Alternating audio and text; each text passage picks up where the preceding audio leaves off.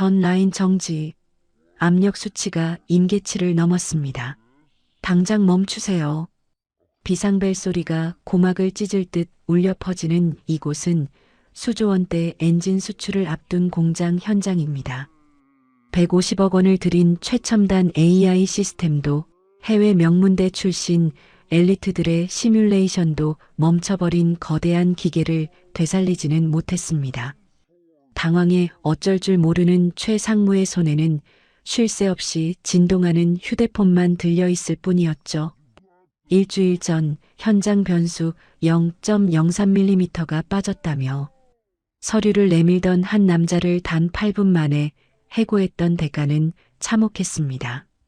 과연 그가 벌인 건 낡은 수첩을 든 만년 과장이었을까요? 아니면 회사의 심장이었을까요? 이 놀라운 반전의 전 이야기가 궁금하시다면 잠시 구독과 알림 설정 부탁드립니다. 오전 7시 30분 박진수 과장의 하루는 남들보다 1시간 일찍 시작되었습니다. 낡은 작업복 소매 사이로 드러난 그의 손은 온통 굳은 살과 지워지지 않는 기름때로 가득했습니다.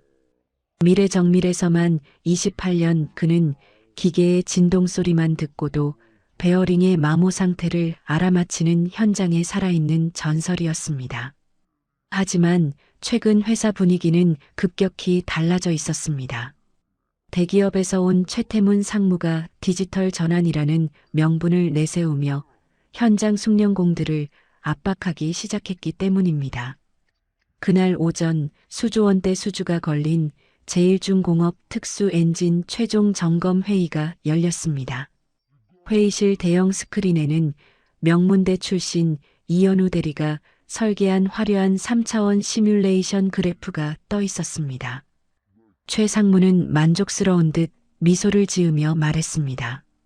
보시다시피 150억 원을 투자한 AI 시스템이 모든 공정을 완벽하게 계산했습니다. 오차 범위는 0.0001% 미만입니다. 이제 더 이상 사람의 감에 의존할 필요가 없다는 뜻이죠. 그때 회의실 구석에서 묵묵히 듣고 있던 진수가 손을 들었습니다. 그의 손에는 낡고 해진 가죽 수첩이 들려 있었습니다. 상무님, 이 수치대로라면 실제 현장에서는 문제가 생깁니다. 영하 5도 이하로 떨어지는 겨울 새벽에는 금속의 열팽창 계수가 달라집니다. 보정값에서 0.03mm를 더 빼야 합니다. 진수의 목소리는 담담했지만 확신에 차 있었습니다. 순간 회의실에는 정적이 흐르는 듯 했으나 이내 최 상무의 차가운 비웃음이 터져 나왔습니다. 0.03mm요? 박 과장님, 지금 데이터 과학을 무시하시는 겁니까? 고작 그 낡은 수첩에 적힌 낙서가 150억짜리 시스템보다 정확하다는 말입니까? 이 대리 역시 거들었습니다. 과장님, 저희 시뮬레이션은 전 세계 기후 데이터를 기반으로 한 겁니다. 개인적인 경험을 공식적인 수치에 섞으시면 곤란합니다. 최 상무는 책상을 탁 치며 말을 이어갔습니다.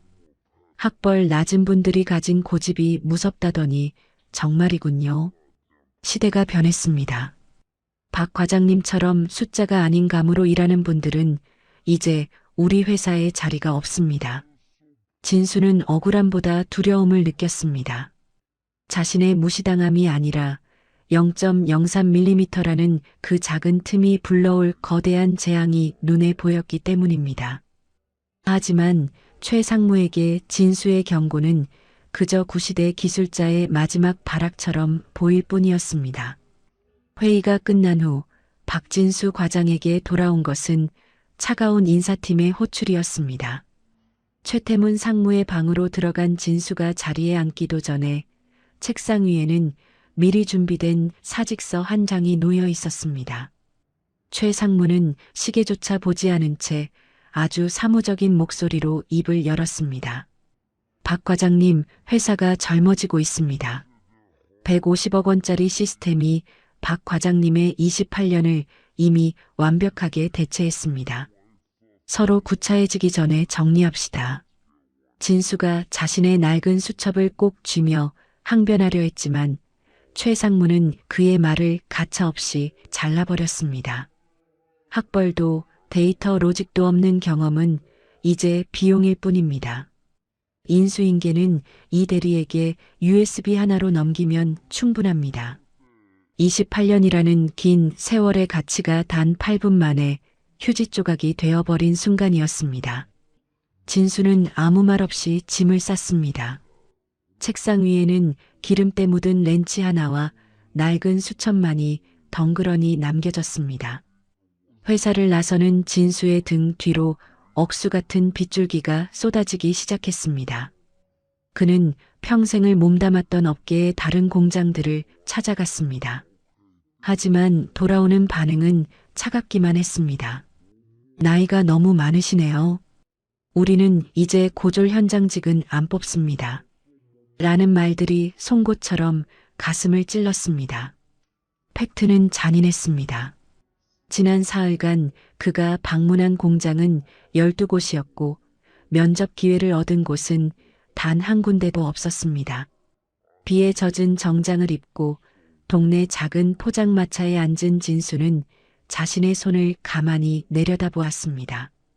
굳은 살이 박이고 흉터가 가득한 그 손은 평생 회사를 지탱해온 긍지였지만 이제는 시대에 뒤처진 노인의 증거가 되어버린 것 같았습니다. 소주 한 잔을 들이켜며 그는 생각했습니다. 세상이 말하는 데이터와 학벌이라는 거대한 벽 앞에서 자신이 가진 0.03mm의 노하우는 정말 아무 가치도 없는 쓰레기였을까 하고 말입니다. 그 시간 미래정밀의 쓰레기통에는 최 상무가 던져버린 진수의 낡은 수첩이 빗물에 젖어가고 있었습니다. 하지만 그들은 아직 모르고 있었습니다.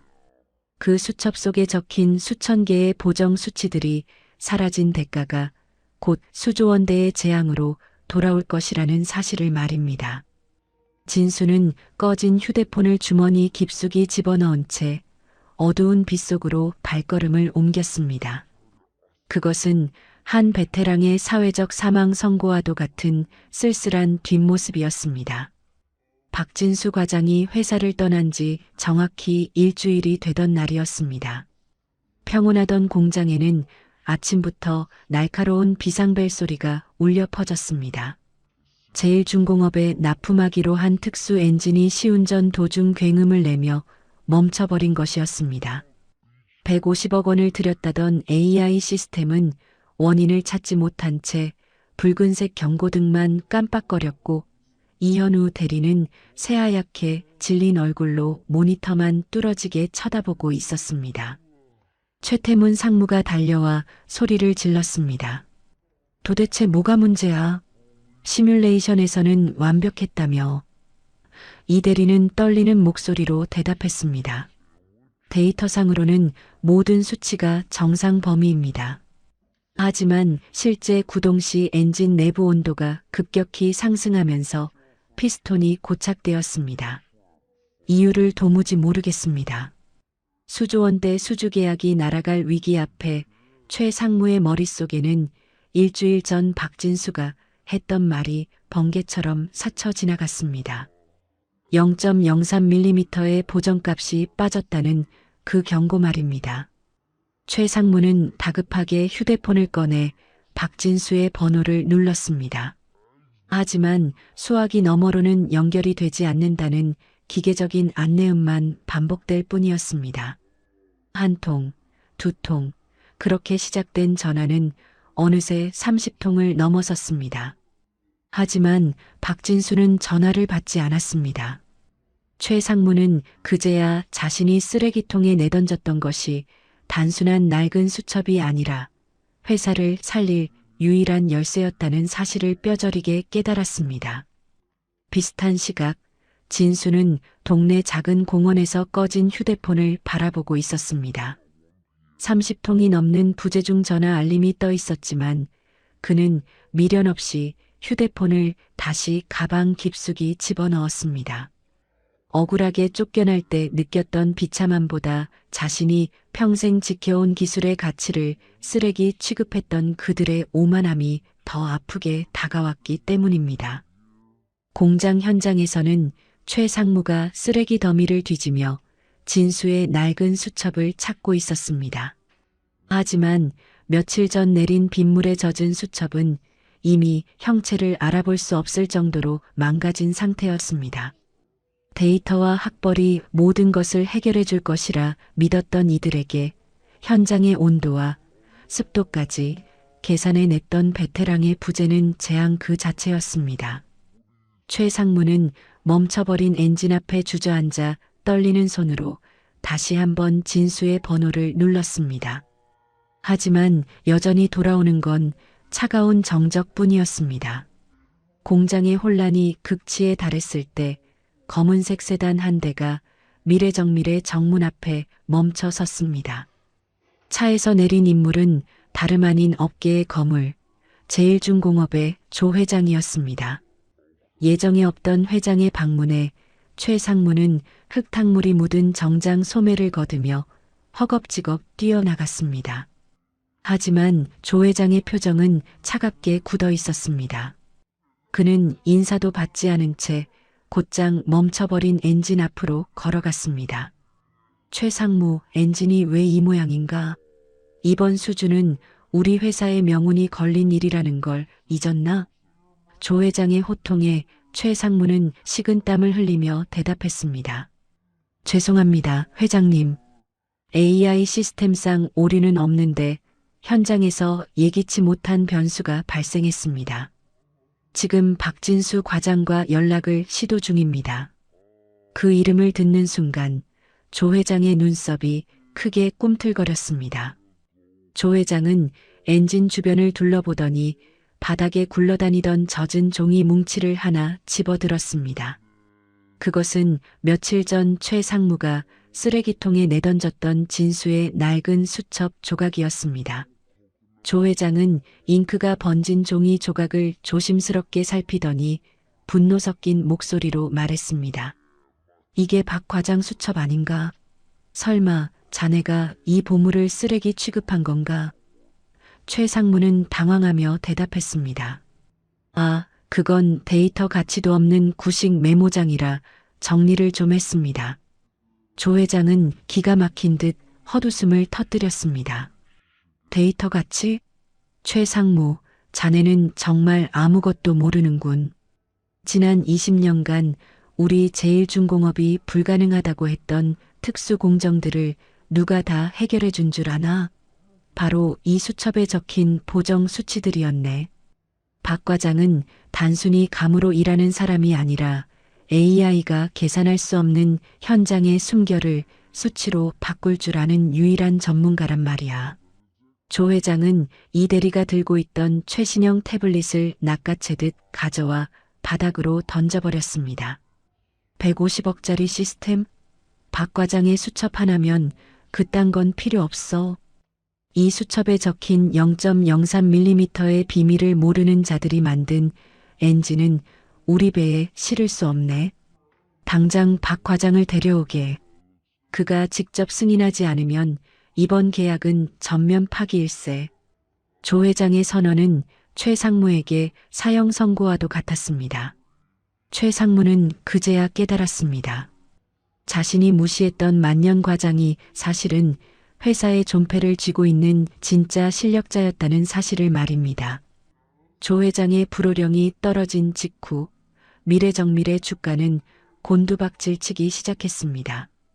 제일중공업과의 계약 파기 소문이 돌자마자 수백억 원의 시가총액이 증발해버린 것이었습니다.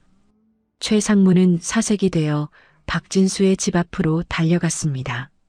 일주일 전만 해도 학벌이 낮다며 멸시했던 그였지만 이제는 자신의 목숨줄을 쥔 유일한 구원자 앞에 무릎을 꿇어야 할 처지였습니다. 하지만 진수의 집 앞에는 이미 다른 손님들이 장사진을 치고 있었습니다. 업계 2위, 3위권 업체들의 임원들이 백지수표를 들고 진수를 기다리고 있었던 것이었습니다. 그들은 이미 소문을 듣고 있었습니다. AI가 잡아내지 못하는 미세 오차를 손맛 하나로 잡아내는 독보적인 기술자가 시장에 나왔다는 소식을 말입니다. 최 상무는 그들 사이를 헤치고 들어가 진수의 집 문을 두드렸습니다. 박 과장님, 아니, 박 부장님, 제가 정말 잘못했습니다.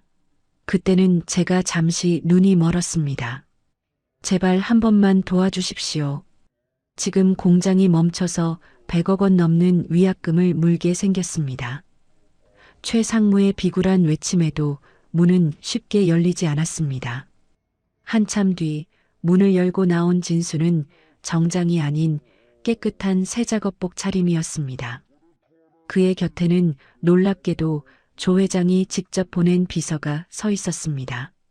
진수는 자신 앞에 엎드린 최 상무를 담담하게 내려다보며 말했습니다. 상무님, 데이터는 거짓말을 하지 않는다고 하셨지요. 하지만 데이터가 담지 못하는 현장의 진실도 있는 법입니다. 0.03mm의 틈을 무시한 결과가 100억 원의 손실이라면 그건 데이터의 오류가 아니라 상무님의 오만함이 만든 결과입니다. 진수는 최 상무가 내민 복직 제안서를 쳐다보지도 않았습니다. 대신 그는 조 회장과 이미 손을 잡았음을 알렸습니다. 조 회장은 진수를 위해 별도의 기술연구소를 설립해주기로 했고 그에게 기술총괄 이사라는 직함을 제안했습니다. 단순한 숙련공에서 이제는 대한민국 엔진 설계의 표준을 결정하는 설계자로 정체가 드러난 순간이었습니다. 최 상무는 절망했습니다. 자신이 쓰레기통에 버렸던 것은 한 명의 만년 과장이 아니라 회사의 미래와 자신의 운명 그 자체였음을 깨달았기 때문입니다. 진수는 멀어지는 최 상무를 뒤로 한 채 조 회장이 준비한 차량에 올랐습니다. 낡은 수첩 대신 이제는 태블릿 PC에 자신의 노하우를 데이터로 옮기기 시작한 진수의 눈빛은 그 어느 때보다 날카롭게 빛나고 있었습니다. 조 회장의 전폭적인 지원 아래 세워진 새로운 연구소에서 박진수가 가장 먼저 한 일은 인사명부를 작성하는 것이었습니다. 그 명단에는 학벌이 낮다는 이유로 혹은 나이가 많다는 핑계로 미래정밀에서 쫓겨났던 베테랑들의 이름이 가득했습니다. 수십 년간 현장에서 기름때를 묻혀가며 대한민국 기계 산업을 지탱해온 진짜 실력자들이 하나둘 진수의 호출에 모여들기 시작했습니다. 그 시각 미래정밀의 공장은 그야말로 아수라장이었습니다. 박진수만 돌아오면 해결될 줄 알았던 엔진 결함은 생각보다 훨씬 심각했습니다. 이 대리는 뒤늦게 진수의 경고대로 0.03mm의 보정값을 입력했지만 엔진은 여전히 고막을 찢는 듯한 불협화음을 내뱉었습니다. 데이터상으로는 완벽한 수치였지만 이미 정밀도가 틀어진 기계는 단순한 숫자, 입력만으로 되살아나지 않았습니다. 결국 최 상무는 조 회장의 지시에 따라 박진수의 연구소에 기술 지원을 요청할 수밖에 없었습니다. 일주일 만에 자신이 쫓아냈던 공장 현장에 다시 발을 들인 진수의 뒤로 머리가 희끗희끗한 노병들이 뒤를 따랐습니다. 최 상무와 이 대리는 그들의 초라한 차림새를 보며 내심의구심을 품었지만 작업이 시작되자마자 입을 다물 수밖에 없었습니다. 진수는 청진기 하나를 엔진 본체에 갖다 대더니 눈을 감았습니다. 3번 피스톤의 열팽창이 불균형합니다. 수치상으로는 맞을지 몰라도 조립 과정에서 발생한 미세한 뒤틀림이 냉각수 흐름을 방해하고 있습니다. 진수의 진단이 떨어지자마자 옆에 있던 베테랑들이 익숙한 솜씨로 엔진을 분해하기 시작했습니다. 그들은 설계도 한 장 보지 않고도 부품 하나하나의 특성을 완벽하게 파악하고 있었습니다. 이 대리가 당황하며 물었습니다. 분명 시뮬레이션에서는 냉각 효율이 최상으로 나왔는데 어떻게 소리만 듣고 아시는 겁니까? 진수는 엔진 내부를 가리키며 담담하게 대답했습니다. 데이터는 평균치를 말해주지만 현장은 매 순간 살아 움직이는 생물과 같습니다. 기계가 내뱉는 신음소리를 무시한 채 숫자만 믿는 것은 환자의 얼굴도 보지 않고 차트만 보고 수술하는 의사와 다를 바 없습니다. 진수의 지휘 아래 노병들이 엔진의 미세한 간극을 손으로 직접 조정해 나가자 놀라운 일이 벌어졌습니다. 날카롭던 소음이 사라지고 엔진은 마치 잠든 아이의 숨소리처럼 부드러운 중저음을 내기 시작했습니다. 이대리가 가져온 최첨단 측정 장비의 바늘은 그제야 비로소 완벽한 정상 수치를 가리켰습니다. 데이터가 증명하지 못한 베테랑들의 손맛이 수조원대 프로젝트를 다시 살려낸 순간이었습니다. 엔진이 정상 궤도에 올라오자 최상무는 안도의 한숨을 내쉬며 진수에게 다가왔습니다.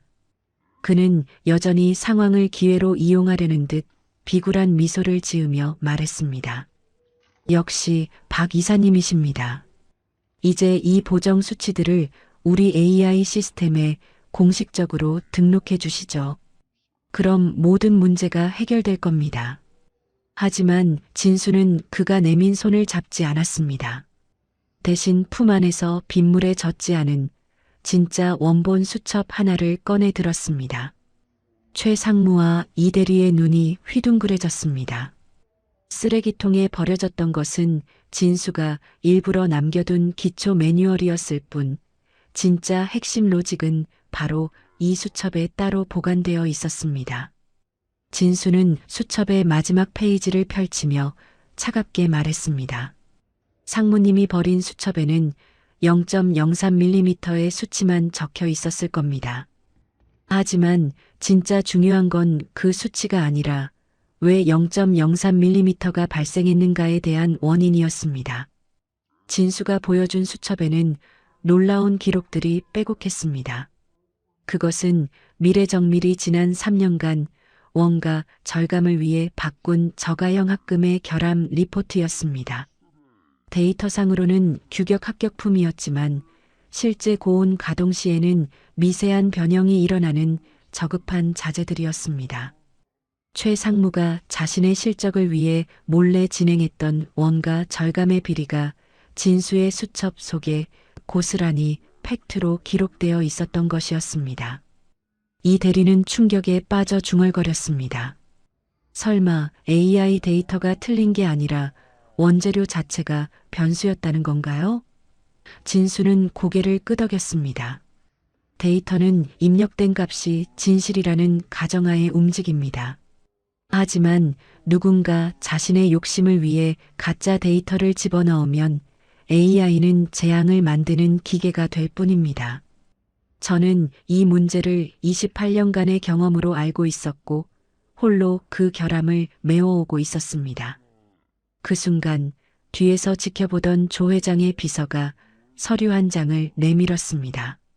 그것은 제1중공업법무팀에서 발송한 계약 위반 및 사기 혐의에 대한 고소장이었습니다. 원가 절감을 위해 저가 부품을 쓰고 이를 데이터로 은폐하려 했던 최 상무의 범죄가 진수의 수첩을 통해 만천하에 드러난 순간이었습니다. 최 상무는 자리에 주저앉아 벌벌 떨기 시작했습니다. 그가 무시했던 만년 과장은 단순히 기계를 잘 고치는 사람이 아니었습니다. 그는 회사의 부정부패를 온몸으로 막아내던 마지막 방어선이었습니다. 진수는 이제 더 이상 미련이 없다는 듯 공장을 나섰습니다. 뒤편에서 최 상무가 절규하며 불렀지만 진수의 발걸음은 가벼웠습니다. 그가 지키고자 했던 것은 자신의 자리가 아니라 기술자로서의 양심과 대한민국 제조의 자부심이었기 때문입니다. 그로부터 3달 뒤 미래정밀의 간판은 내려가고 그 자리는 조 회장과 박진수가 함께 세운 베테랑 기술관제센터로 바뀌었습니다. 최태문 상무는 자재 은폐와 배임 혐의로 법적 처벌을 받게 되었고 이현우 대리는 사직서를 던지는 대신 박진수의 밑에서 처음부터 다시 현장을 배우기로 결심했습니다. 학벌과 데이터만이 전부라 믿었던 이 대리는 이제 매일 새벽 박진수의 수첩을 들고 기계의 신음소리에 귀를 기울이는 법을 배우고 있었습니다. 박진수 기술 총괄 이사의 사무실 책상 위에는 여전히 낡고 때 묻은 가죽 수첩이 놓여 있었습니다. 하지만 그 옆에는 이제 최첨단 분석 장비들과 홀로그램 모니터가 나란히 자리 잡았습니다. 진수는 자신의 노하우를 단순히 머릿속에 가두지 않았습니다.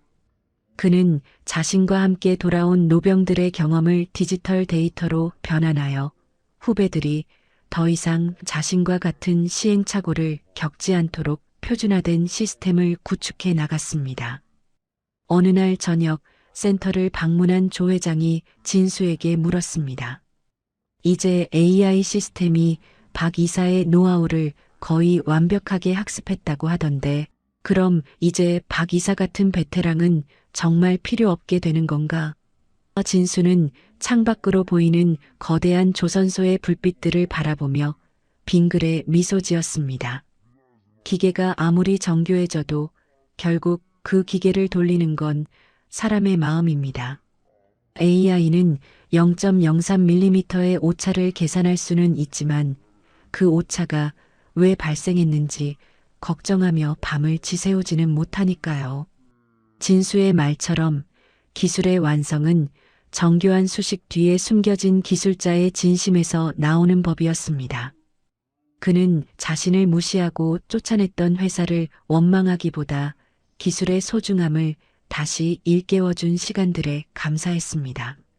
54세 나이에 시작된 그의 새로운 인생은 단순히 복수를 위한 것이 아니었습니다. 그것은 대한민국 제조 현장에서 묵묵히 땀 흘리는 수많은 베테랑의 가치를 증명하기 위한 거대한 도전이었습니다. 지금 이 순간에도 수많은 현장에서 0.03mm의 기적을 만들어내는 분들이 계십니다. 낡은 작업복과 거친 손마디 속에 숨겨진 그들의 진정한 가치를 우리 사회가 조금 더 일찍 알아봐 줄 수 있기를 바라봅니다. 오늘 준비한 박진수 부장의 이야기가 여러분의 마음속에 작은 울림이 되기를 바랍니다. 여러분의 생각은 어떠신가요? 댓글로 자유롭게 의견 남겨주시면 하나하나 소중히 읽어보겠습니다. 오늘도 이야기 친구였습니다. 감사합니다.